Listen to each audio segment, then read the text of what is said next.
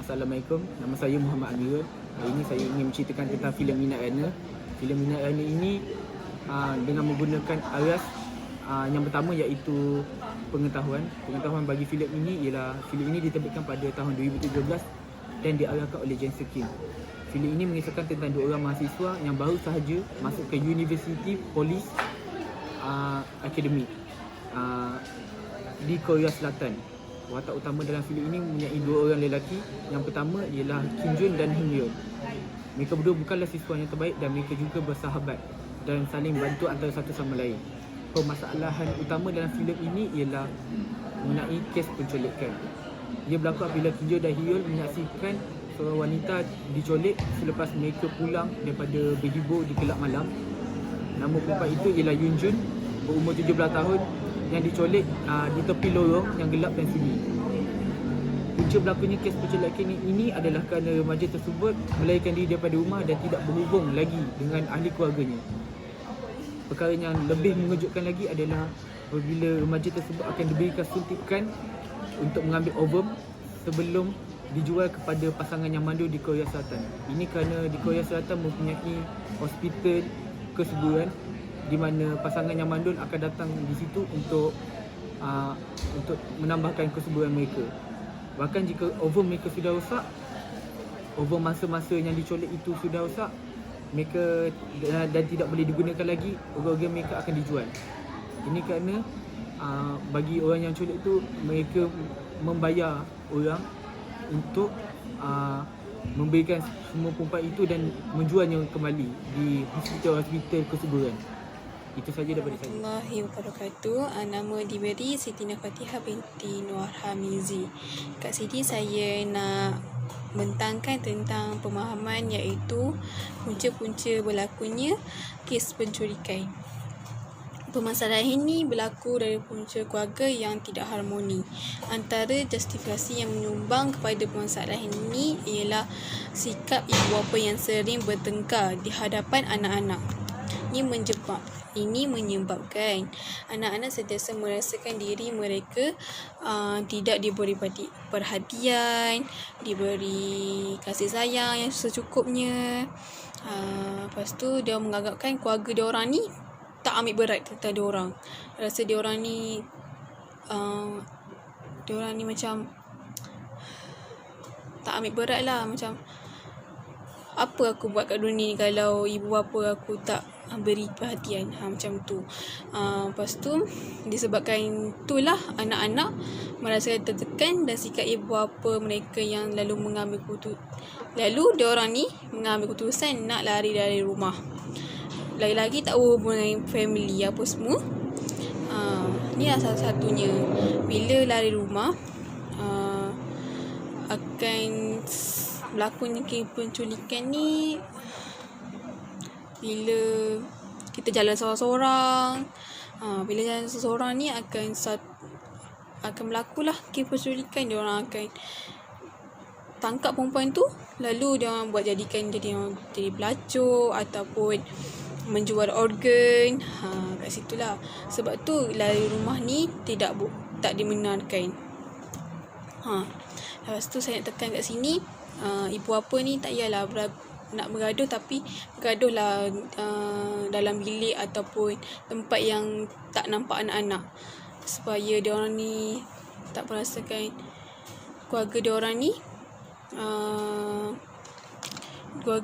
ni macam dia merasakan dia orang ni tak berguna di dunia, akan menyebabkan hubungan adik-beradik renggang, lepas tu cetusnya permusuhan.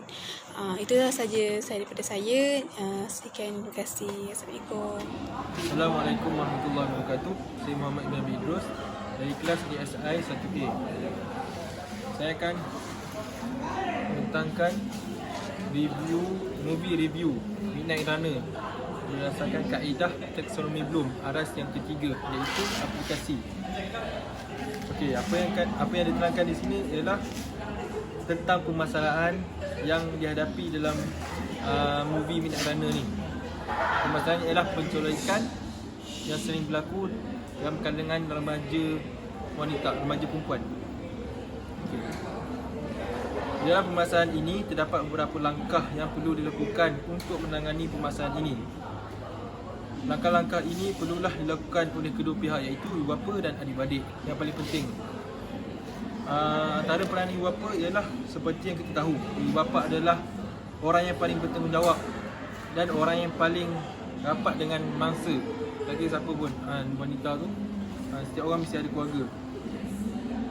Mana ibu bapa adalah orang yang paling bertanggungjawab untuk mempertahankan benteng institusi kekeluargaan.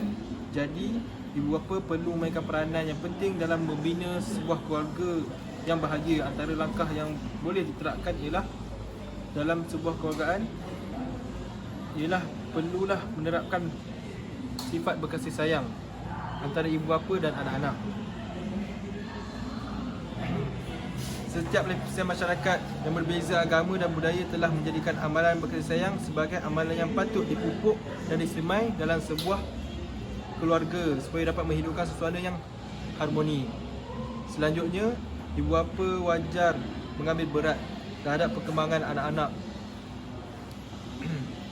kerana ibu bapa yang antaranya ibu bapa perlu apa yang terangkan di sini, ibu bapa perlu mengambil berat tentang anak-anak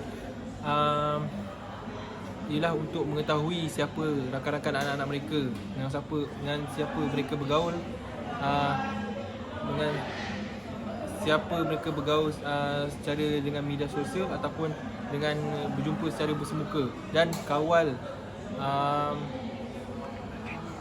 pergerakan anak-anak sampai dan okey. Assalamualaikum warahmatullahi wabarakatuh. Nama saya Siti Nur Izzati binti Ishak. Saya kelas DSI 1A. Hari ini saya nak terangkan bahagian analisis, yakni pada taksonomi Bloom pada aras yang keempat, yakni analisis. Iaitu langkah-langkah bagi mengatasi masalah ini ada 5 perkara. Yang pertama, kita perlulah berjalan secara berkumpulan. Hal ini kerana apabila kita berjalan secara berkumpulan dapat mengurangkan risiko jenayah seperti jenayah rogol dan jenayah penculikan dan sebagainya.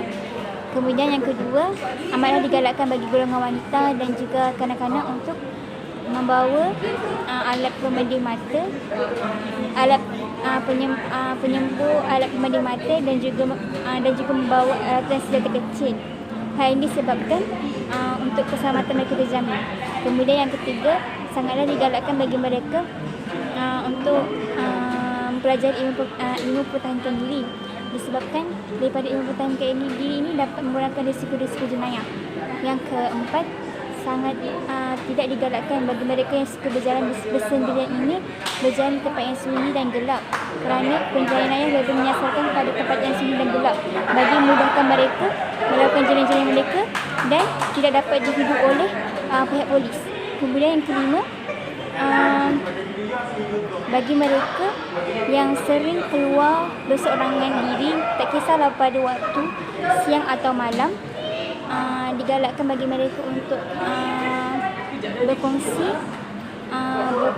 lokasi ini kepada ibu bapa supaya ibu bapa dapat mengetahui di mana mereka dan mudah untuk memantau mereka walaupun berjarak jauh. Okey, sekian, terima kasih dari saya. Bismillahirrahmanirrahim. Assalamualaikum warahmatullahi wabarakatuh. Nama saya Ratna Kirana binti Airul Azlan dari kelas DSI tahun 1A.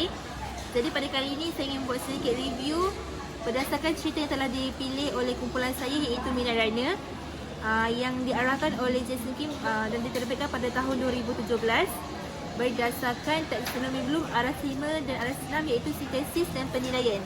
Jadi saya telah membuat sedikit kesimpulan daripada cerita tersebut. Jadi untuk aras yang kelima adalah sintesis. Antara langkah terbaik yang boleh dielakkan dan boleh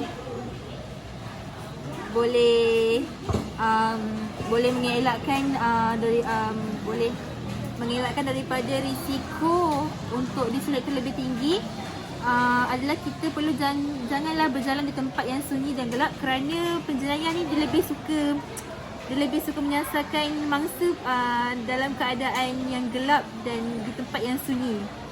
So dorang lebih senang nak buat kerja dorang lah. Okay.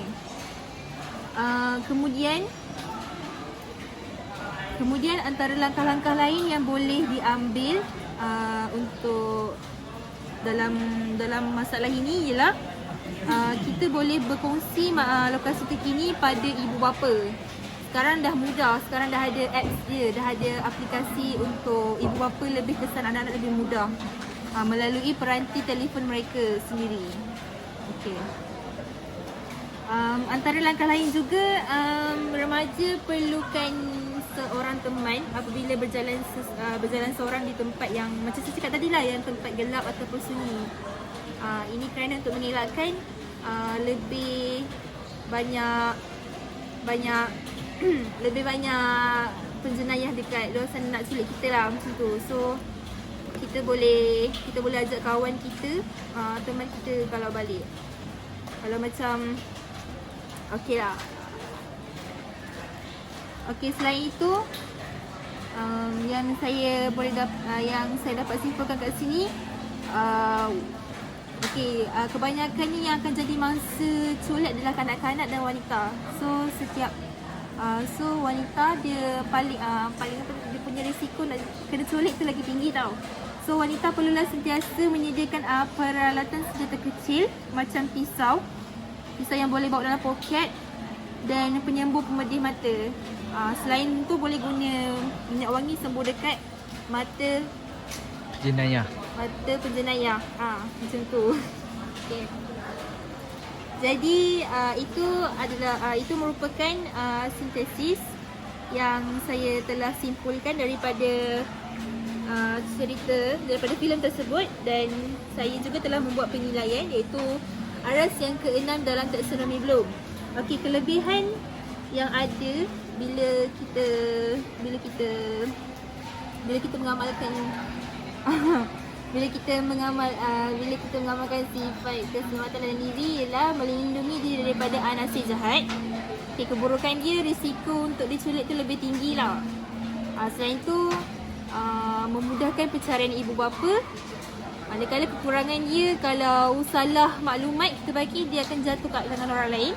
Terakhir sekali, kelebihan dia juga melengahkan penjenayah untuk menyelamatkan diri. Kalau dia punya kekurangan dia, kalau kita abaikan, kita boleh bahayakan diri sendiri kalau kita tak pandai gunalah peralatan senjata kecil tu kan. Okay. So setakat itu daripada saya. Wabillahi taufiq wal hidayah. Assalamualaikum warahmatullahi wabarakatuh.